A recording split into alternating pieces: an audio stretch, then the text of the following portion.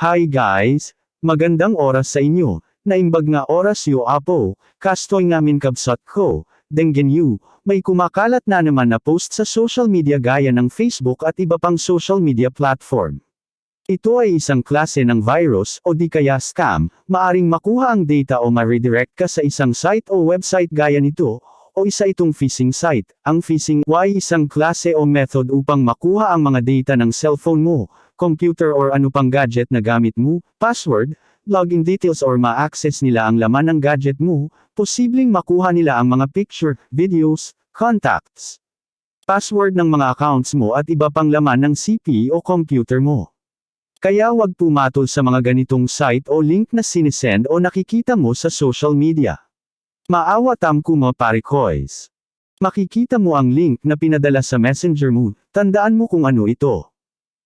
Unang tip na scam to. Tandaan kung bakit ko nasabing scam. Pangalawang link, di ba withdrawal respect blah blah blah etc. Magkaiba na di ba sa naunang link. Pangalawang link, magkaiba na sa naunang link. Nakita mo na ang diferensya. Pangatlong tip, gaya ng image na ito ay hindi tunay na comment o patutuo.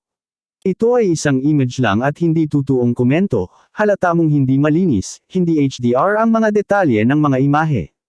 Kulang sa sharpness gaya ng mga komento sa mga social media platform, at kahit pindutin mo ay hindi maklik o makita man lang ang mga profile nila.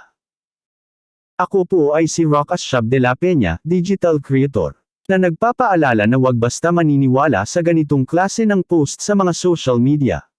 Upang makaiwas tayo sa mga scam o panloloko. Maraming salamat sa suporta at paki-follow, subscribe, like and share na din ang video na to upang maikalat ang paalala ko. Thank you sa inyo.